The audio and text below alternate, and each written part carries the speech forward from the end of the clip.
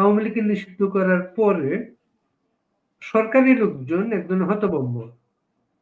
তারা চিন্তা করছিল আওয়ামী লীগ যে সংগঠন সারা দেশে একটা বড় একটা প্রতিবাদ গড়ে তুলবে তারা। আওয়ামী লীগের কাছে সেটা তারা না দেখে তারা একদম চিন্তায় পড়ে গেছে আওয়ামী লীগ আসলে কি করছে। এই বিষয়গুলো একটু জানার চেষ্টা করবো আহমদ বাহাদুর নাসিমের কাছে। নাসিম, আমাদের অনুষ্ঠানে আপনাকে স্বাগতম। ধন্যবাদ আপনাকে ফজলুল বাড়ি, আপনাকে এবং আপনার এই অনুষ্ঠানে আমাদের কথাবার্তা যারা শুনবেন, সংযুক্ত আছেন এবং আগামীতে সংযুক্ত হবেন দেখবেন, সবাইকে সালাম, আদাব এবং মোবারকবাদ জানাই। ধন্যবাদ। সরকারকে আপনারা অপ্রস্তুত করছেন কেন? সরকার তো অনেক চিন্তায় ছিল। আওয়ামী লীগকে পার্লামেন্টে বিল পাস করে সবাই মিলে সর্বসম্মতভাবে নিষিদ্ধ করার পরে আওয়ামী লীগ কোনো প্রতিক্রিয়া দেখাবে সারা দেশ জুড়ে। সরকার তো খুবই চিন্তায় আছে। আসলে আপনারা কি করছেন আসলে? ধন্যবাদ ফজলুল বাড়ি। সরকার চিন্তায় আছে না দুশ্চিন্তায় আছে না না খুশিতে আছে, এটা বিচার বিশ্লেষণ করে এই মতামত ব্যক্ত করবে বাংলাদেশের মানুষ। আমরা বাংলাদেশের মানুষের প্রত্যাশার জন্য বাংলাদেশ আওয়ামী লীগ একটি গণতান্ত্রিক ঐতিহ্যবাহী রাজনৈতিক সংগঠন। এই সংগঠনটিকে ফ্যাসিস্ট ইউনূস রাজনৈতিক কর্মকাণ্ড সাময়িকভাবে স্থগিত করে দিয়ে সমস্ত কিছুকে সাংগঠনিক তৎপরতা যাতে করতে না পারে তার জন্য সাময়িক নিষেধাজ্ঞা জারি করেছিল। আর তারই উত্তরাধিকার অবৈধ খণ্ডিত সংসদে নির্বাচনের ভিতর দিয়ে যে নির্বাচন হয়েছে, সেখানে তারা তথাকথিত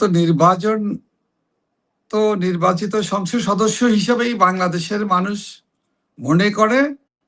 আমরাও একইভাবে বাংলাদেশ আওয়ামী লীগ যেহেতু নির্বাচন করতে দেওয়া হয়নি, নিষিদ্ধ করে রাখা হয়েছে, নির্বাচন থেকে আওয়ামী লীগের জনপ্রিয়তার কারণে আওয়ামী লীগ যেহেতু মানুষের প্রিয় দল, অতএব আওয়ামী লীগ নির্বাচন করলে, আর যাই হোক জামাত শিবির স্বাধীনতা বিরোধীরা মহান সংসদে কোনো জায়গা তাদের হতো না। এটার কারণেই তো আওয়ামী লীগকে নিষিদ্ধ করা হয়েছে, নির্বাচন করতে দেওয়া হয়নি।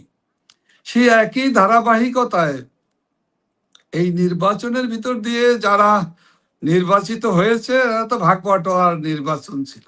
এটা সবাই বুঝতে পেরেছিল যে পূর্ব নির্ধারিত রেজাল্ট, ফলাফল, যেটা লন্ডনে ফ্যাসিস্ট ইউনূস যখন গিয়েছিল, আপনি জানেন, দেশবাসী খুব জানে, সারা দুনিয়া দেখেছে, তিনি সেখানে কোনো রাষ্ট্রীয় কোনো আন্তর্জাতিক পর্যায়ে কোনো প্রোগ্রামে যায়নি, এমনকি ব্রিটিশ সরকারের আমন্ত্রণেও যাননি, একান্ত ব্যক্তিগত সফর করেছিলেন এবং কোটি কোটি টাকা দেশের অর্থ নষ্ট করে তিনি সেইখানে যে বর্তমান প্রধানমন্ত্রী, অবৈধ প্রধানমন্ত্রী তারেক রহমান, তখন বিরোধী দলীয় তারেক রহমান তখন ভারপ্রাপ্ত চেয়ারম্যান, তার সাথে দেখা করেছে এবং দেখা করে যদি কৌশল করে যে এসেছিলেন, তখনই কিন্তু এই প্রশ্নটি উঠেছিল। পরবর্তী পর্যায়ে উনি যেটা স্পষ্ট হলো, সেই চক্রান্ত, সেই চুক্তির অনুকূলেই কিন্তু এই নির্বাচনটি হয়েছে, যেখানে আওয়ামী লীগ অংশগ্রহণ করতে পারেনি। তো এই কূটচুক্তি যেটা দেশ বিরোধী, গণতন্ত্র বিরোধী, দেশের মানুষের আকাঙ্ক্ষার চিন্তার বিরোধী, সে কাজটি তো মহান সংসদে এই অবৈধ পার্লামেন্ট মেম্বাররা বিল পাস করেছে, আইন করেছে, আওয়ামী লীগকে নিষিদ্ধ করা হয়েছে।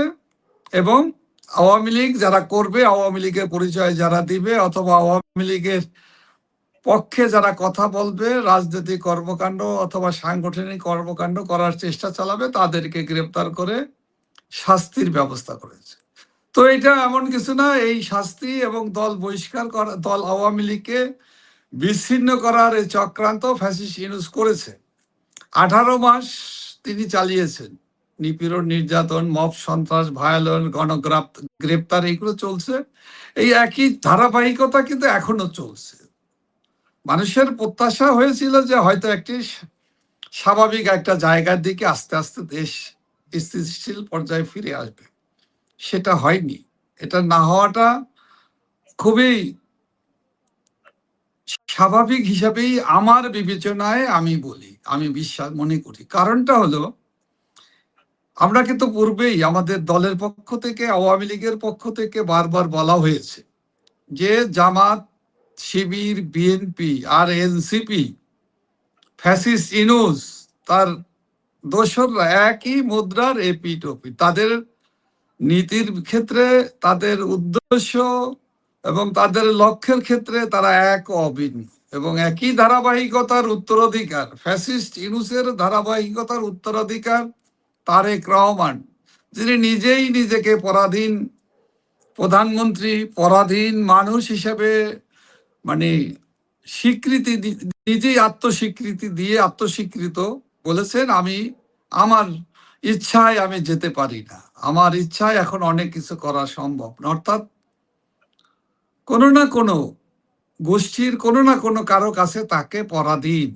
এবং তাদের কাছে দাস দাসখত দিয়েছে না কি দিয়েছে, এটা একদিন প্রমাণিত হবে। কোন খত দিয়ে উনি পরাধীনতার থেকে মুক্তি পেয়েছেন নাকি এখনো পরাধীন আছেন, সেই বিবেচনায় আমরা তাকে যদি পরাধীন প্রধানমন্ত্রী বলি, হতে পারেন। সেটা সময় স্বীকার যে হবে না, এর কি কোনো নিশ্চয়তা আমরা দিতে পারি? আমরা চাই না বাউদ্দিন নাসির, প্রতিহিংসার রাজনীতি। আমাদের অনুষ্ঠানে একজন আলোচক আসেন প্রায়, তার নাম হচ্ছে শেখ ফরিদ। তিনি বিভিন্নভাবে বলার চেষ্টা করেন সবসময়, মোল্লা এবং মিলিটারি এরা কোনোদিন আওয়ামী লীগের পক্ষে ছিল না, আগামীতেও থাকবে না। কিন্তু আওয়ামী লীগ ক্ষমতায় থাকতে এই দুইটা শক্তির সবচেয়ে বেশি পৃষ্ঠপোষকতা দিয়েছে। এবং আপনি বাউদ্দিন নাসির 5 আগস্টের পর থেকে যতবার আপনাকে আমরা অনুষ্ঠানে আনার চেষ্টা করেছি, শুধু আপনি না, আওয়ামী লীগের কোন নেতা এই যে জেনারেল ওয়াকারের বেইমানিটা, এটা কোনোদিন আপনারা মানে আমাদের সাথে একমত হতে পারেন নাই। কি একটা অপেক্ষা ছিল যে হয়তো উনি জড়িত না, অন্যরা কিছু করতে পারে, এমন একটা বিষয় ছিল আপনাদের মধ্যে। দেখুন, এটা আপনি বলছেন, আমি শুধু আপনার কথার আমি এভাবেই ব্যাখ্যা দিতে চাই। আমরা সেনাবাহিনীকে, একটা সম্পূর্ণ সেনাবাহিনীকে আমরা দোষী করতে পারি না এবং দোষী করা যায় না। এই সেনাবাহিনীর ওয়াকরুজ্জামান এরাই কিংবা তো অথবা মনে করেন গণভবনটা লুটপাট শুরু করছে তারা। গণভবনের ল্যাপটপ নিয়ে সেনা সদস্যের ছবি আছে, না, বঙ্গবন্ধুর ভাস্কর্য ভাঙতে শুরু করছে তারা। সেটা যারা করেছে তারা তো দোষী, তারা তো দোষী এবং তাদের প্রায়শ্চিত্ত আইনের আওতায় এনে তাদের বিচার বাংলাদেশের মানুষ, আইন, সংবিধান অবশ্যই করবে। সেই বিচার থেকে রেহাই পাওয়ার কোনো সুযোগ কারো নাই।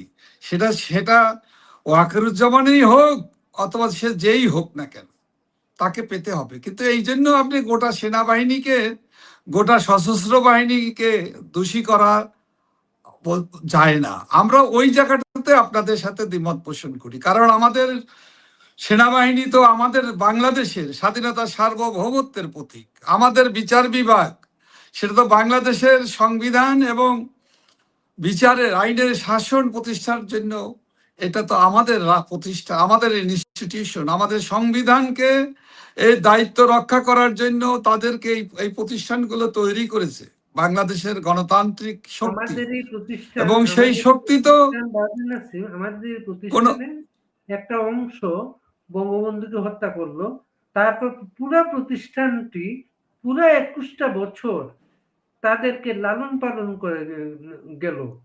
কোনো একটা ২১টা বছরে একবারও তারা বঙ্গবন্ধু হত্যার বিচারের চেষ্টা করলো না। ২১ বছর পরে আওয়ামী লীগকে এসে সেটা করতে হলো সেটা।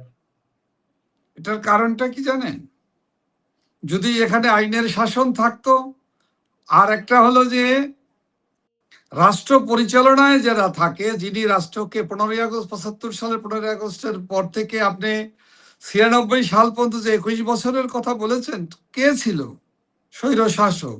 যিনি যার দল, যিনি পরবর্তী সময়ে খুনি জিয়াউর রহমান, জেনারেল জিয়াউর রহমান, সামরিক শাসক, স্বৈর শাসক, যিনি জাতির পিতাকে খুনি মুস্তাকের সাথে মিলে হত্যাকাণ্ডের সাথে যারা কাজ করেছে, তার আমলে ইনডেমনিটি দেওয়া হয়েছে। এই যে ইনডেমনিটি দেওয়ার কারণে সাংবিধানিকভাবে যে সুরক্ষা দেওয়া হয়েছিল, যে কারণে খুনিদেরকে কিন্তু বিচার করার সুযোগটা ছিল না। এটা হলো একটা।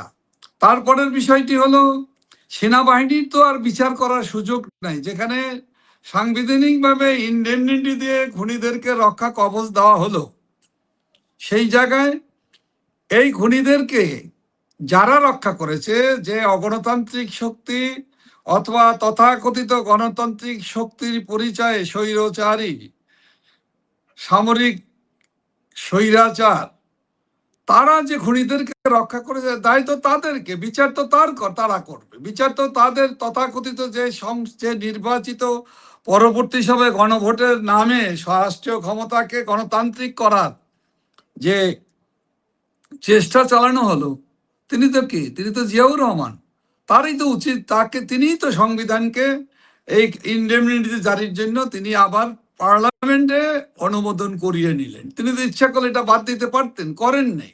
সুতরাং এর দায়টা জিয়াউর রহমানকেই নিতে হবে। বঙ্গবন্ধু হত্যাকাণ্ডের খুনের দায়টা তাকেই নিতে হবে, তার দলকেই বহন করতে হবে, তার উত্তরাধিকার। তারা কিন্তু এখনো সেই খুনিদেরকে তারা রক্ষা করেছে, পুরস্কৃত করেছে, তাদেরকে বিভিন্ন জায়গায় পুনর্বাসন করা হচ্ছে এবং এখনো তারা করছে।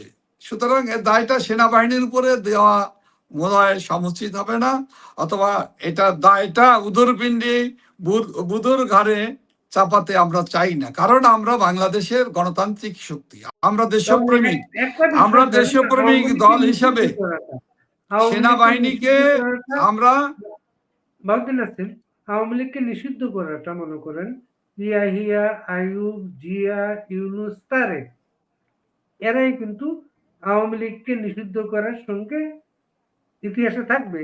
এমনি এদের নাম থাকবে ইয়াহিয়া, আইয়ুব, জিয়া, ইউনুস, তারেক। ঠিক সেভাবে বঙ্গবন্ধুকে হত্যার মাধ্যমে আওয়ামী লীগকে ক্ষমতাচ্যুত করার ব্যাপারে জিয়ার পরে জেনারেল ওয়াকার থাকবে। খুবই স্বাভাবিক, খুবই স্বাভাবিক, এটা প্রমাণিত। এটা তো ইতিহাস সাক্ষ্য দিবে। ইতিহাস নির্মোহ, এবং নির্মোহ ইতিহাসে যে তার যে অবস্থান, এটা করবে। এই ওয়াকারুজ্জামানের দায়িত্ব তো গোটা সেনাবাহিনী নেয় নাই, নিবেও না। সে সেনাবাহিনীর প্রধান, সে রাষ্ট্রীয়ভাবে তাকে এই পদে তাকে দেওয়া হয়েছে, বসানো হয়েছে। এটা নিয়ে আমি আলোচনা করতে চাই না, শুধু এইটুকুই বলতে চাই, কারো কৃতকর্মের অপরাধ তো পুরো বাহিনী নিতে পারে না, নিবেও না। এবার দায়িত্ব কি রাষ্ট্র নিবে?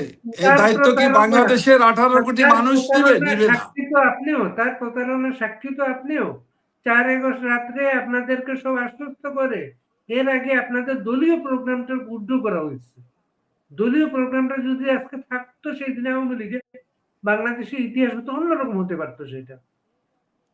বাংলাদেশের ইতিহাস আজকে যে কলঙ্কের ইতিহাস সৃষ্টি হয়েছে, আজকে যে অন্ধকারের পথে আমরা হাঁটছি, আজকে যে বাংলাদেশের জনজীবন, সাধারণ মানুষের জীবনযাপন কত দুর্বিষহ, আজকে আওয়ামী লীগের নেতাকর্মীদের এবং মুক্তিযুদ্ধের পক্ষের মানুষদেরকে তৃণমূলের মানুষরা কত কষ্টে, কত দুঃখে, কত যে যাতনা, মর্ম বেদনা, এটা তো বলে শেষ করা যাবে না।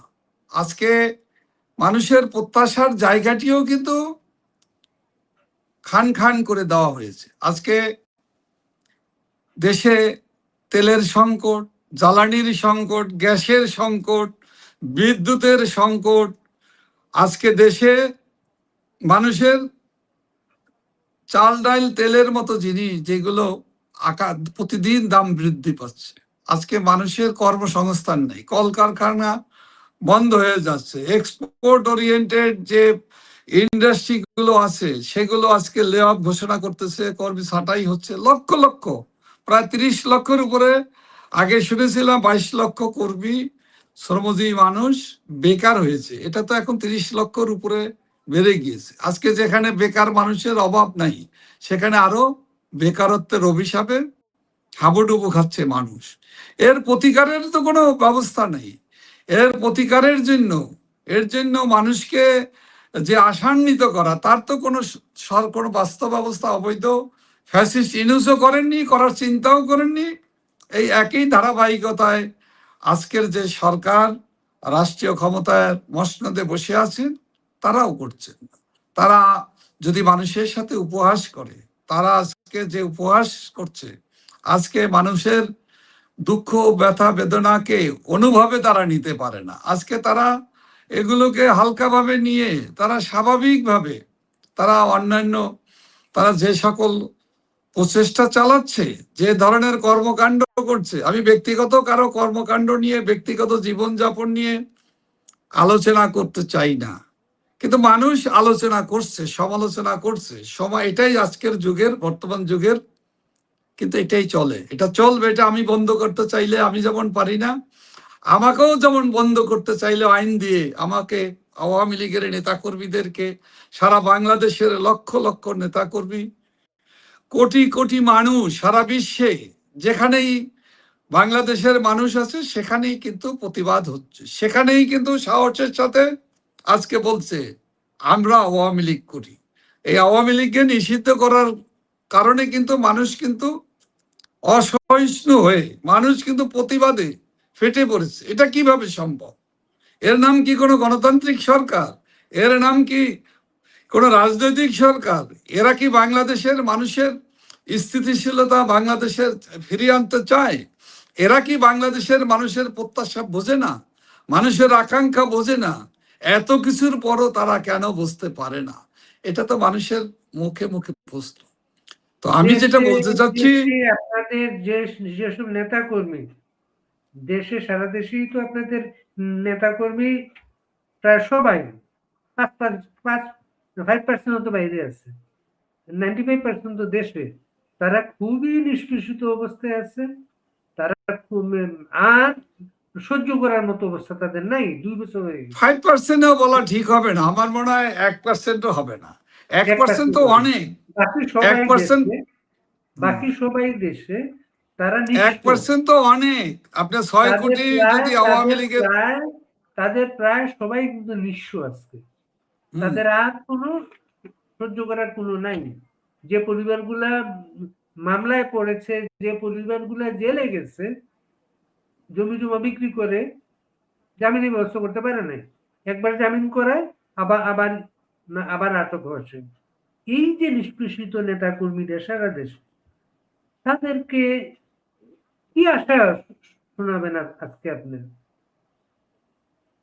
শোনেন, তৃণমূলের নেতা কর্মীদেরকে আমাদের আশা শোনানো দরকার হবে না। তারা বঙ্গবন্ধুর আদর্শে বিশ্বাসী, তারা বঙ্গবন্ধুর আদর্শের সন্তান, সৈনিক। তারা দেশরত্ন শেখ হাসিনার সাহসী সন্তান। তারা জানে অবৈধ দখলদার এবং অনির্বাচিত খণ্ডিত গণতন্ত্রের নামাবলী গায়ে দিয়ে যারা বাংলাদেশকে ধ্বংস করতে চায়, বাংলাদেশের মানুষের কল্যাণের পথে এগিয়ে নিয়ে যাওয়ার পথে যারা কাজ করতে পারে না, যারা নিজেদের স্বার্থ, গোষ্ঠী স্বার্থ, দেশ বিরোধী বিদেশিদের দালালি এবং তাবেদারি যারা করে, তাদের বিরুদ্ধে রুখে দাঁড়াবে। আওয়ামী লীগ সবসময় রুখে দাঁড়ায়, ঘুরে দাঁড়ায়, প্রতিবাদী হয়, প্রতিবাদ করে, এবং প্রতিবাদের মধ্য দিয়ে জনগণের শক্তিকে, জনগণকে, সর্বস্তরের সকল শ্রেণী পেশার মানুষদেরকে ঐক্যবদ্ধ করে রাস্তায় গণ অভ্যুত্থান ঘটিয়ে বাংলাদেশে আবার মূলধারার যে চিন্তা চেতনায় সমৃদ্ধ বাংলাদেশ, যে গণতান্ত্রিক বাংলাদেশ, যে অসাম্প্রদায়িক এবং মুক্তিযুদ্ধের চেতনায় বাংলাদেশ বিনির্মাণ আবার বাংলাদেশের মানুষ জেগে উঠবে, ঘুরে দাঁড়াবে এবং দেশরত্ন শেখ হাসিনার নেতৃত্বে অচিরেই এই সকল জঞ্জাল দূর করে বাংলাদেশ, বাঙালি জাতি মুক্তিযুদ্ধের চেতনায় সমৃদ্ধ জাতি এগিয়ে যাবে, বাংলাদেশ এগিয়ে যাবে বিশ্ব সভায়। আপনি দীর্ঘদিনের রাজনৈতিক একজন কর্মী, আপনি সারা জীবনের অভিজ্ঞতা আপনি জানেন, কর্মসূচির পর কর্মসূচির মাধ্যমে এগুলার একটা রাজনৈতিক দল এগিয়ে যায়। এটা তো কর্মসূচি ছাড়া তো অনিবার্যভাবে ঘটবে এমন তো না। কবে থেকে আপনারা কোনো একটা কর্মসূচিতে যাবেন, অথবা মনে করেন এই যে আওয়ামী লীগ নিষিদ্ধের আইনের বিরুদ্ধে আপনারা কোর্টে দিতে পারেন। কোনটা আপনারা ঠিক করতে, প্রায়োরিটি কোনটা আপনাদের? সবচেয়ে বড় প্রায়োরিটি হলো বাংলাদেশের মানুষ, বাংলাদেশের মানুষের জনমতকে আমরা প্রায়োরিটি দিই এবং জনগণের শক্তিকে আমরা সবচেয়ে বৃহৎ শক্তি এবং আওয়ামী লীগের শক্তি হিসাবে আমরা দেখি। আমরা যেহেতু বাংলাদেশের আইনের শাসন নেই, যেহেতু আদালত অকার্যকর, আদালতের কথা বলার কোনো সুযোগ নেই। আপনি জানেন আদালতে সেখানে এখনো মব জাস্টিস হয়। আপনি এই তো 3 দিন আগে আমাদের স্বনামধন্য এবং একজন ব্রিলিয়ান্ট, মেধাবী, প্রজ্ঞাবান মানুষ ডক্টর শিরিন শারমিন চৌধুরী, মাননীয় স্পিকার, মহান সংসদের 3বারের স্পিকার হিসেবে তিনি দায়িত্ব পালন করেছেন। একজন স্পিকার যখন শপথ নেয় তখন আর কোনো দলের থাকে না, তিনি সকল দলের অভিভাবক হিসাবে দায়িত্ব পালন। তাকে কিভাবে গ্রেপ্তার করেছে, কিভাবে মব সন্ত্রাস করা হয়েছে, সেটা তো বাংলাদেশের মানুষ সারা বিশ্ব দেখেছে। তো আমি বলতে চাচ্ছি, বাংলাদেশের মানুষকে এইভাবে ভয় দেখিয়ে, এইভাবে অত্যাচার নির্যাতন করে তো আমরা আইনের কাছে আমরা যেতে পারতেছি না। বাংলাদেশের মানুষ, আওয়ামী লীগের নেতা কর্মীরা আইনের আশ্রয়, যেটা প্রোটেকশন, যেটা স্বাভাবিক, সেটা আমরা পাচ্ছি না। সেটা আমরা যখন পাবো তখন অবশ্যই আইনের কাছে আমরা সোপর্দ হব। কারণ আমরা বিশ্বাস করি একটি স্বাধীন সার্বভৌম রাষ্ট্রে আইনের শাসন প্রতিষ্ঠিত হলে আমরা আইনের আশ্রয় নেব, আইনি মোকাবেলা করব। আজকে যে সংসদে স্পিকারকে জামিনে মুক্তি দেওয়া হয়েছে, এটা কি একটা পজিটিভ দিক দেখেন? শোনেন, তাকে গ্রেফতার করে যিনি শুধুমাত্র, সে তো সিপি এর চেয়ারপারসন ছিল এবং কমনওয়েলথের যে রাষ্ট্রগুলো, সকল রাষ্ট্রের স্পিকারদের তিনি স্পিকার, সভাপতি দায়িত্ব পালন, চেয়ারপারসনের দায়িত্ব পালন করেছেন। এরকম একজন মানুষকে মব সন্ত্রাস করবেন 2 দিন আগে, তাকে অসুস্থ, তাকে ঘরে পাওয়া গিয়েছে 20 মাসের ভিতরে 19 মাস, তার কোনো হদিস নাই। এক সময় দেশবাসী দেখেছে উনি সেনাবাহিনীর তত্ত্বাবধানে আছেন, এটাও তার নাম বেরিয়েছে। তারপরে তাকে পাওয়া যায় না, হঠাৎ সকালবেলা ভোর রাত্রে ঘোষণা দিয়ে দেওয়া হলো ওনাকে পাওয়া গেছে ওনার বাসায়। এগুলো তো দেশের মানুষের সাথে তার মকারি করা যায় না। এই মকারি চলছে, তাকে নির্যাতন করা হয়েছে, তার উপরে মব সন্ত্রাস করা হয়েছে, তাকে খুনের মামলায়, তাকে লালবাগ থানার একটা পুরনো, তার ব্যাপারে কি তথ্য ছিল, তিনি আসলে কোথায় ছিলেন, আপনাদের কাছে কি তথ্য ছিল তার ব্যাপারে? আমাদের কাছে যে তথ্যটা ছিল সংবাদপত্রের মাধ্যমেই আপনারাও দেখেছেন, আমরাও দেখেছি, তাকে সেনাবাহিনীর তরফ থেকে, আইএসপিআর থেকে বলা হয়েছে যে অনেকে যারা আশ্রয় নিয়েছিল অথবা নিরাপত্তার জন্য তাদের কাছে গিয়েছিল, এই তালিকার ভিতরে স্পিকারের নামটা ছিল। তো সেই জায়গাতেই আমরা ধরে নিয়েছি সেখানেই আছে। পরে যখন তাকে পাওয়া যায় না বলে আলোচনা আসলো এবং সে কোথায় গুম অবস্থায় আছে, কি অবস্থায় আছে, এটা মানুষ যখন, এটা যেন ব্যাপকভাবে জনমত সৃষ্টি হলো, তখন তাকে তখন নাটক করা হলো, তাকে ঘরে বাসার ভিতরে তাকে পাওয়া গিয়েছে এবং তাকে গ্রেফতার করা হলো, খুনের মামলা দেওয়া হলো, এবং তাকে রিমাইন্ড দেওয়া হলো এবং পরকে তাকে হাজতে পাঠিয়ে দেওয়া হলো। এখন আপনি বলেন যে একটা মামলা, তাকে আরো অনেক মামলা আছে, তাকে জামিন দেওয়া হয়েছে। জামিন দেওয়া এটা তার অধিকার, এটা পেয়েছে, এটা আমি ভালোভাবেই দেখব। কিন্তু এই নাটক করার কোনো দরকার ছিল কিনা? এর ভিতর থেকে ইতিবাচক কি বিষয় আছে বলে আপনি মনে করেন? আমি তো মনে করি না। এটা দেশের মানুষের সাথে ভয় দেখানোর জন্য, আতঙ্ক সৃষ্টি করার জন্য, ভয়ের রাজত্ব কায়েমের জন্য অবৈধ দখলের ইউনূস যা করেছে সেই ফ্যাসিস্টের একই কায়দা আমরা দেখি তার উত্তরাধিকার বর্তমান সেই যে সরকার। পুলিশ অফিসার যে কোহিনূর, খুব আলোচিত কোহিনূর, আওয়ামী লীগের নেতা কর্মীকে কিভাবে নির্যাতন করা যায়, কিভাবে আঘাত করা যায়, সাংবাদিকদের কিভাবে পিটানো যায়, একজন খুব আলোচিত একটা মানুষ ছিলেন সেই কোহিনূর। সেই কোহিনূর এবার চাকরি ফেরত পেয়েছেন এবং আজকে নিউজ হচ্ছে তার প্রমোশন দেওয়া হয়েছে এবং তার বকেয়া সমস্ত বেতনগুলো দেওয়া হবে। কোহিনূরকে পুলিশে ফিরিয়ে এনে তারা কি আওয়ামী লীগকে কোনো বার্তা দিতে চায়? আমাদের ব্যক্তিগত পর্যায়ে কাউকে আমরা কোনো বার্তা দিতে চাই না। আমাদের বার্তা হলো একটা, সেটা আমরা দেশে শান্তি সম্প্রীতি চাই, আইনের শাসন চাই।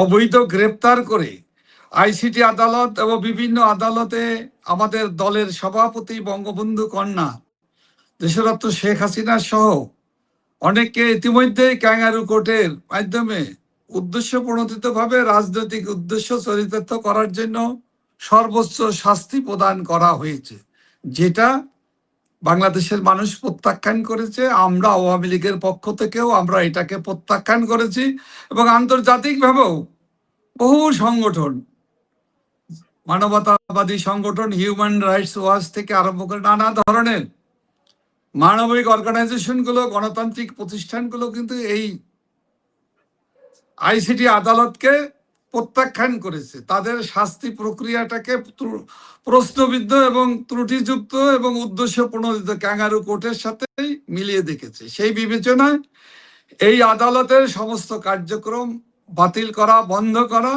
এবং সকল রাজবন্দীদের, আমাদের প্রায় লক্ষাধিক নেতা কর্মী কারাগারে আছে, তাদেরকে যে মিথ্যে মামলা থেকে অব্যাহতিতে সকল মামলা প্রত্যাহার করে তাদেরকে অনতিবিলম্বে মুক্তি দিতে হবে এবং গণতান্ত্রিক ধারাবাহিকতায় বাংলাদেশকে এগিয়ে নিয়ে যেতে হলে, বাংলাদেশের মানুষের প্রত্যাশা পূরণ করতে হলে আওয়ামী লীগের নিষেধাজ্ঞা তুলে নিতে হবে এবং আওয়ামী লীগ সহ সকল গণতান্ত্রিক শক্তিকে এবং গণতান্ত্রিক শক্তির পক্ষের মানুষদেরকে, শ্রেণী পেশার মানুষদেরকে মিথ্যে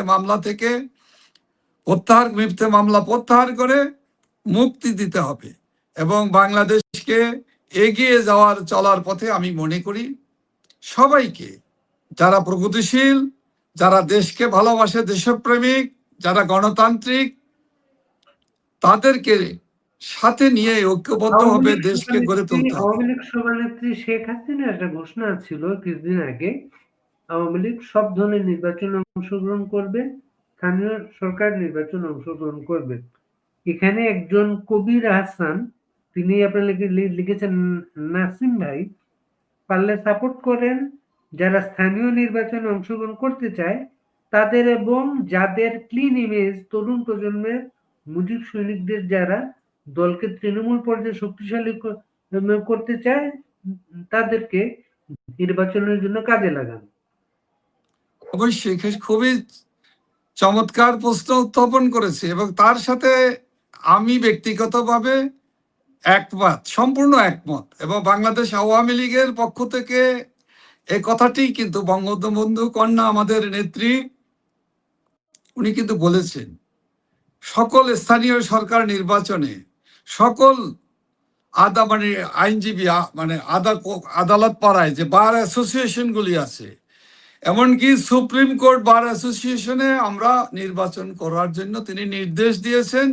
আপনি জানেন যে যতগুলো বার নির্বাচন হয়েছে, যেখানেই আওয়ামী লীগের নেতাকর্মীদের ইলেকশন করার তারা সুযোগ পেয়েছে, সন্ত্রাসীদের আক্রমণের শিকার মোকাবেলা করতে পরে যারা ইলেকশনে দাঁড়াতে পেরেছে তারা কিন্তু পাশ করেছে, অধিকাংশ জায়গায় আওয়ামী লীগ বিজয়ী হয়েছে।